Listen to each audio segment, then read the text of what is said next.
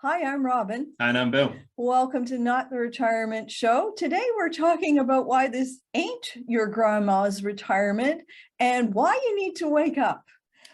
Bill, there's just so much I could say about this one. Well, I think it's a good question. I think it's a good subject matter because, I don't know, it's something like 50 or 60% of, I guess, the world's population who are just not ready for retirement. And I think part of that problem is that as we have grown up, in this sort of age 50, perhaps, generation, I think that we still kind of think back to what our parents and certainly grandparents did by way of preparing for or planning for their retirement. And I think we've kind of got this sort of idea stuck in our minds that this is kind of how you do it. But things have changed. Things have changed dramatically, especially if you go back to, what was your granny's retirement plan?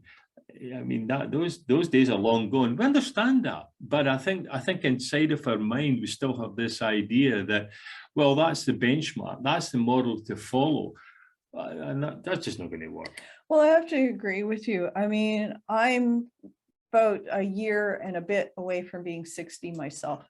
And when I think about the retirement that my grandparents had, at least that I remember from the perspective of a child, that's not a life that I am looking forward to at all.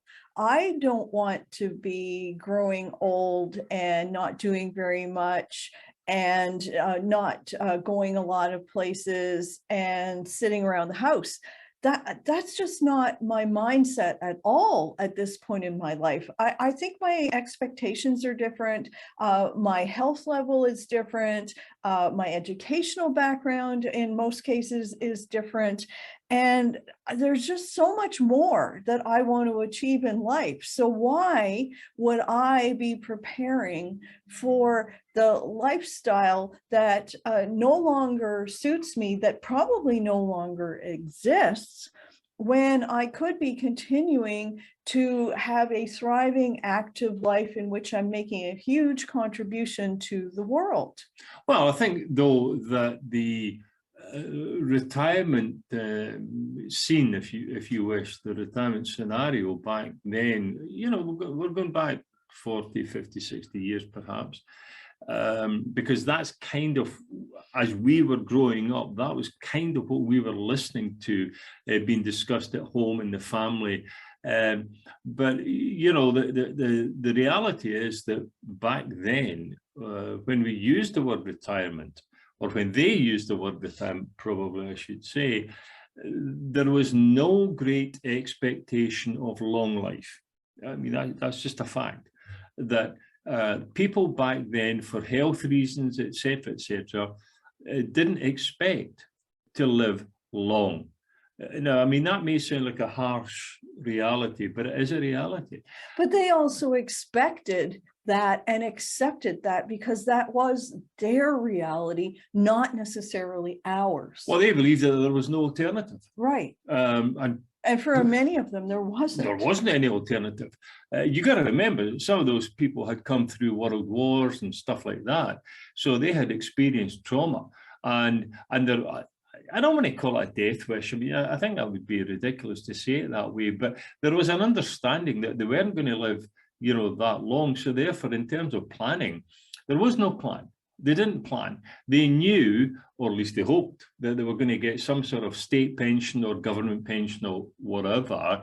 They knew that from a financial perspective, that the income that they had prior to retirement, I'm talking about the household income, whether, back then, in fairness, probably the man was the guy who went out and, made the money, etc., and the woman was kind of stuck at home. I'm not going to get into that issue too deeply, but I mean, those are facts. And therefore, the income that they had prior to retirement coming into the household was significantly reduced when they actually moved into the retirement years, because it was the pension which was coming out. There was no things like company pensions and stuff like that didn't exist. I mean, they maybe did here and there, but broadly speaking, they didn't exist. So there was no income going to come from a company pension. Well, I think that depended on how old your grandparents are and maybe what country you're in, because I'm pretty sure that your grandparents didn't have company pensions, but certainly one of mine did actually have that. So here's the situation in a nutshell, to be as clear and simple as possible. You can't plan for what was somebody else's reality in the past and expect it to work out in your reality in the future. The world is in the midst of a time of enormous change. It's very, very hard for any of us to predict what life will be like in 10 years, let alone 20 or 30. All you can actively do is take care of your health and save money and invest wisely for what I'm simply going to call the next phase of your real life. Yeah, I think that's right, because I think there is a mindset, unfortunately, and a lot of people will sort of poo-poo this idea and say, oh, no, that's not true. But, I think it is true that when we talk to people and say, have you planned for your retirement? I have to say the majority, probably the vast majority of people say, no, well, no, really.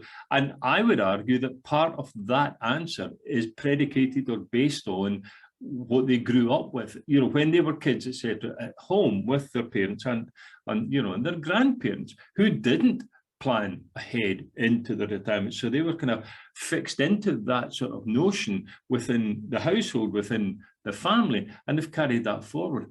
But as you say, times have changed. You really need to be and should be and must be looking at applying for the retirement years with a fresh slate of thoughts and ideas and plans. Well, as we say, this is the not retirement show. So maybe we should just stop using that R word altogether, because the only thing that's known for sure is there will come a point in time where you won't be doing the job that you presently have. But what you really need to think about is, what will you be doing next? Will you be caring for grandchildren? Will you be finding another form of employment? Will you be volunteering, or whatever the case may be? Well, if you're still listening, we must have said something helpful. So please subscribe to our channel, and we'll chat with you again soon.